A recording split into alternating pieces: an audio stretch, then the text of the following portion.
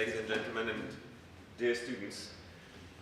It's a real honor to be here, and that is because I'm in, I think, the face and also the critical ears in the presence of those of some of the future leaders. When I read these papers, I am convinced that some of you definitely could become members of the diplomatic corps of this country or leaders in international institutions. So congratulations from me.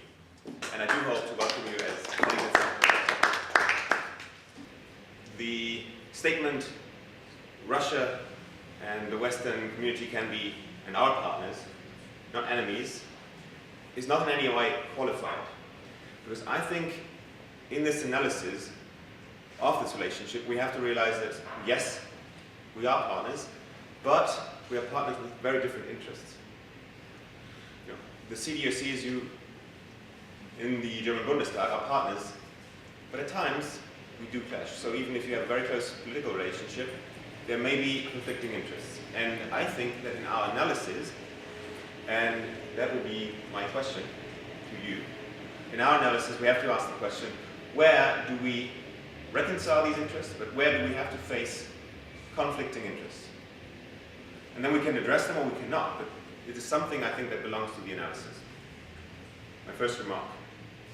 And when it comes to the individual points that you made, reset the foreign policy discourse struck me as a key point, one of four that you actually made.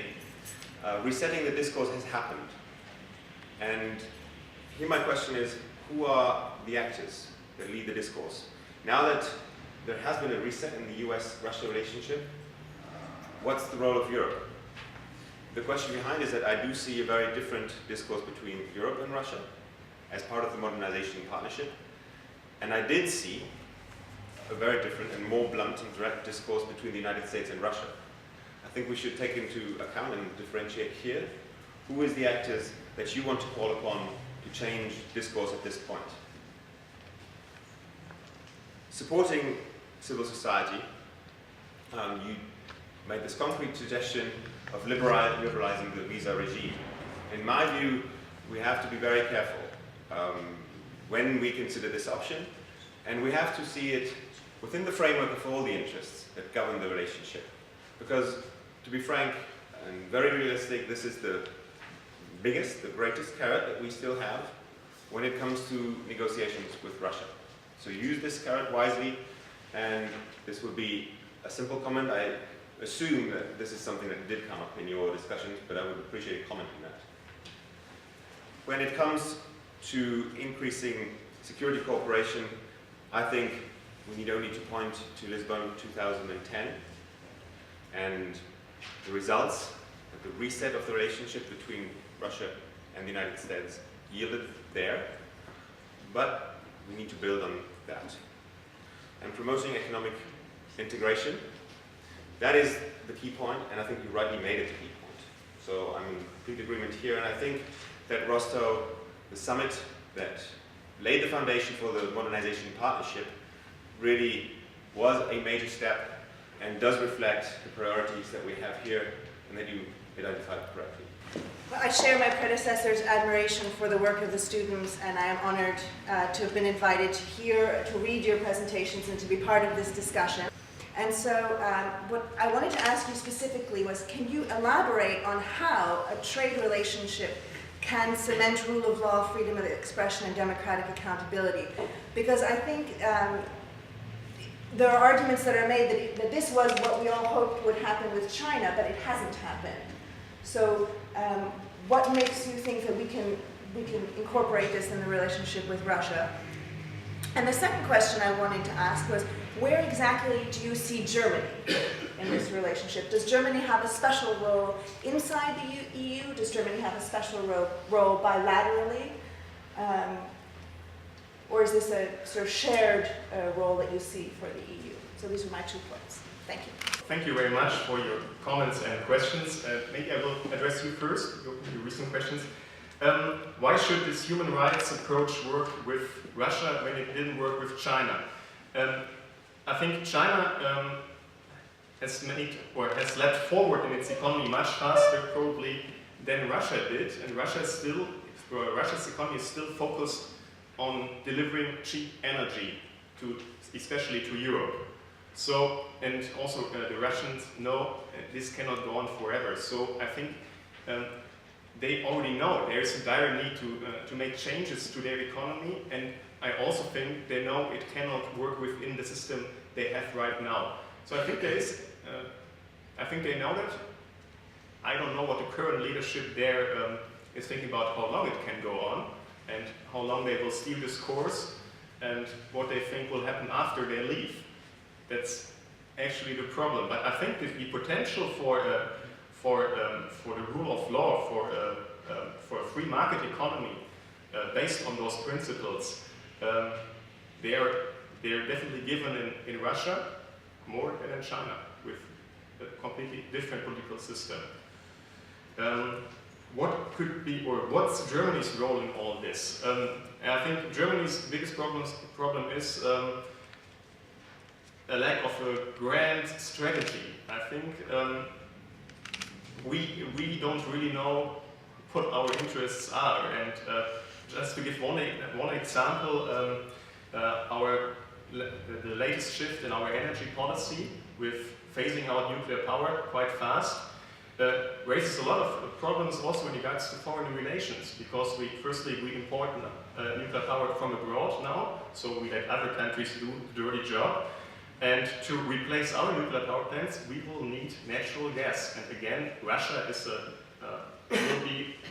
will be happy to deliver. Of course, it will be a big business. So I think this shows there are quite some initiatives in German policy that are not quite thought through in this respect, and that in the end all our actions of our government have foreign implications one way or another with our partners in the EU, with the US, and bilateral with Russia. So Germany's special role probably is we are deeply rooted in the Western community. Still, we always had, or during the last 20 years at least, we had quite good relations to Russia, and we should make use of that for the benefit of all our partners. So our strategy has to be firmly embedded in a common approach by the EU, and now I think I can answer your questions in the fields where we share interests with the US when it comes to Russia. Of course, our interests are different from the Russians and from the US. I think what all three sides can agree on, or where they have common interest, is no player wants a nuclear-armed Iran, neither Russia, nor us, nor the US.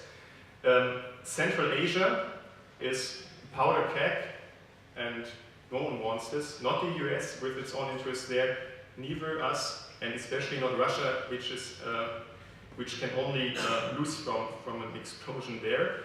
And probably we also may have common ground in climate change, because again, Russia is a big delivers a lot of carbon-based energy, and with the changes we are already doing, or we are hoping we can do, this demand may shift or change. We don't know that, and that was the original idea of the paper I sent in.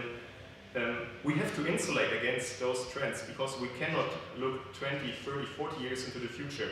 We don't know what our energy mix will be. So we have to take concrete steps to enable to have good relations with Russia that do not depend on a grand scheme of energy deliveries or something similar. Because, again, we don't know if we will need this in the future. So concrete steps towards better human rights situation and free trade between both sides will insulate us against shocks and events we don't know of. Then the visa regime, you mentioned, it's the big carrot when it comes to negotiating with Russia. I personally agree with that. It's nothing you should hand out for free. There must be a payback of some kind, some movement by Russia. But I think that's up to the European partners in the end to decide what this will be. I don't think there is a specific German idea on what this is. And again, it will be hard to measure. What should we take as a sign of improvement in Russia?